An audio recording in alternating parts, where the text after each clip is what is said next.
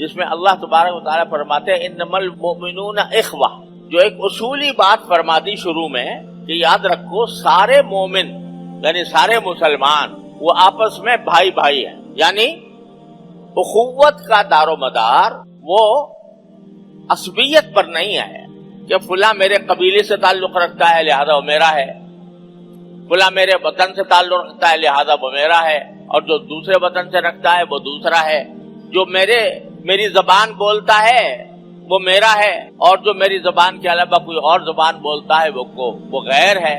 اخوت کا یہ معیار نہیں ہے قرآن کریم کی نظر میں۔ قرآن کریم کی نظر میں اخوت کا، بھائی چارے کا اصل مدار اور معیار ایمان ہے۔ جو بندہ بھی اللہ جل جلالہ پر اور اللہ کے رسول صلی اللہ علیہ وسلم پر ایمان رکھتا ہے وہ ہمارا بھائی ہے، چاہے ہم اس کی زبان نہ سمجھتے ہوں، چاہے ہم اس کے قبیلے سے متعلق نہ ہو، اس کے وطن کو کبھی ہم نے دیکھا بھی نہ ہو، لیکن چونکہ وہ مومن ہے، مسلمان ہے، لہذا وہ ہمارا بھائی ہے۔ اور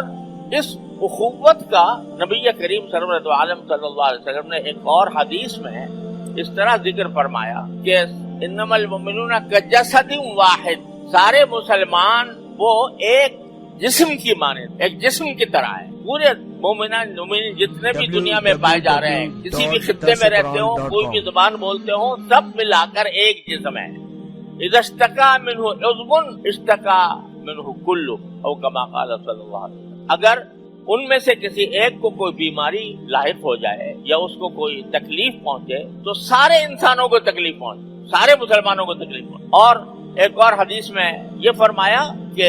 مسلمان ایک جسم کی طرح ہیں، اگر جسم کے کسی ایک حصے میں تکلیف ہو، درد ہو، تو پورا جسم بے چین ہو جاتا ہے، رات کو اس کو نیند نہیں آتی، بخار چڑھ جاتا ہے، اس وجہ سے کہ اس کے ایک عضو کا تکلیف۔ لہذا مومنین کے درمیان، مسلمانوں کے درمیان سب سے پہلی بات جسے کبھی نہیں بھولنا چاہیے کہ جو بھی دوسرا مسلمان ہے وہ میرا بھائی ہے۔ اب ہم الحمدللہ ایک ایسے ملک میں رہتے ہیں جہاں مسلمان اکثریت میں ہیں، اور اگرچہ ہماری بعض اوقات زبانیں مختلف ہیں، وطن مختلف ہیں، پیدائش کسی کی کہیں پر ہوئی ہے، کسی کی کہیں اور ہوئی ہے، لیکن اللہ تبارک و تعالیٰ نے جس رشتے سے ہمیں جوڑا ہوا ہے وہ اسلام کا اور ایمان کا رشتہ ہے، لہذا ہمیں آپس میں ایک دوسرے کے بھائی۔ سوشل میڈیا پر سب سے قدیم اور سب سے ریلائبل برانڈ درسقرآن.com